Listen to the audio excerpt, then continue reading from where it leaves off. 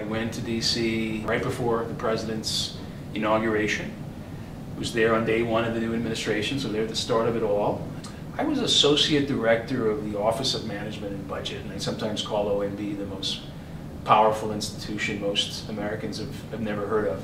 I oversaw about half the cabinet agencies, Housing and Urban Development, Treasury, Commerce, Transportation, Justice, Homeland Security, and a number of other entities as well, the financial regulators, the SEC, the CFTC, the Federal Trade Commission, all the federal funding for the District of Columbia, the SBA, and some other stuff. It was never a dull moment.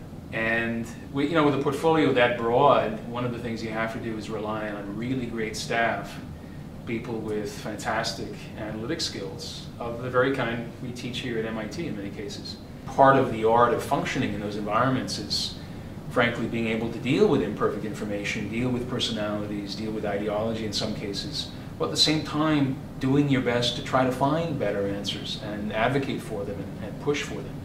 I'm not sure I see the world all that differently, but the experience of nearly 3 years, and this particular 3 years, given all the big debates we've had in our country about the role of government, about the cost of government, about the recession and a difficult, slow economic recovery and the stakes for everyday Americans and the larger world, boy, an incredibly intense time to be there and to be right in the thick of those debates. So there are particulars of the experience that I will never forget, and it will surely shape my work in ways that I'm still trying to figure out.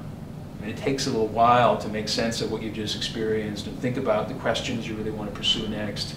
But in my case, they clearly will include, even more than before, regional economic growth, competitiveness, innovation, and opportunity. How do we expand access to the middle class in this country?